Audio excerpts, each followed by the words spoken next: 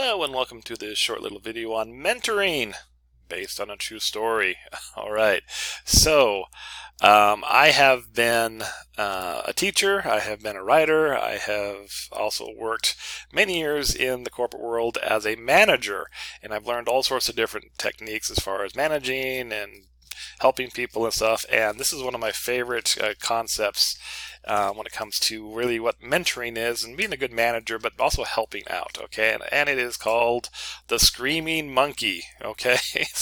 What? Screaming monkey? What does that have to do with mentoring? You want me to scream at you? No, no.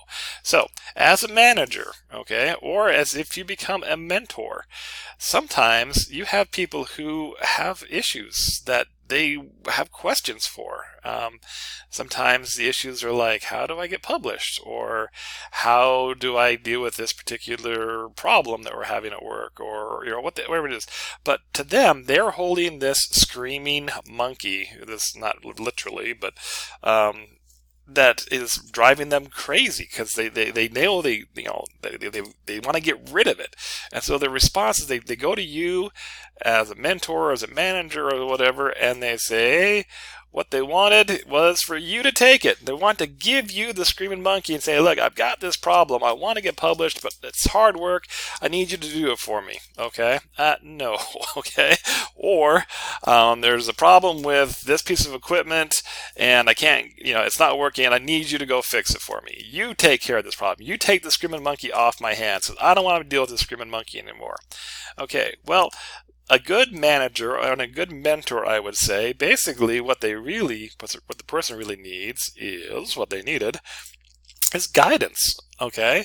Because screaming monkeys, they just pop up all over the place. They just happen, okay? And if all that they are going to do is every time they get a screaming monkey is run to their mentor, or run to their manager, or run to their mom or their parents and say, here, take the screaming monkey off my hands, then they're never going to learn how to deal with the screaming monkey. And so the mentor's job or the manager's job is really to help them understand, okay, well, let's figure out why the monkey is screaming, what's wrong with it, and then help the person figure out what they need to do.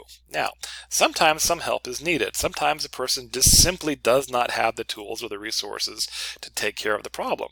And so it's okay to then, let's say, give them, say, oh, well, your monkey is hungry, so here is a banana. So as a mentor, I'm going to give you a little help.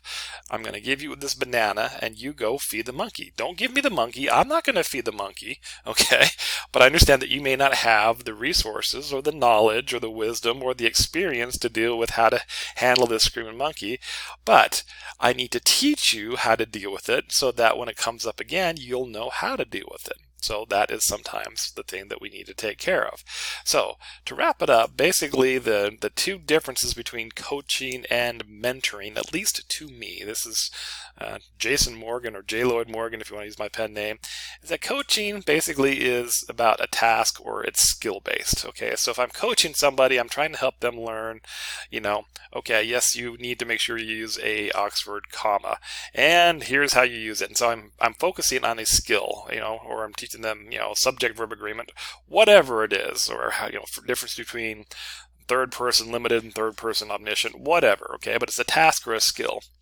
Where a mentor really kind of deals more with life lessons and is more wisdom based. Okay, it's like, okay, well, look, I learned how to use the Oxford comma, or whenever I have a question about using punctuation, I can look at how other writers use their skills, or I can go to these particular resources. So next time that you have this problem, here's some resources that you can pull up and look at instead of having to come to me every single time to deal with the screaming monkey.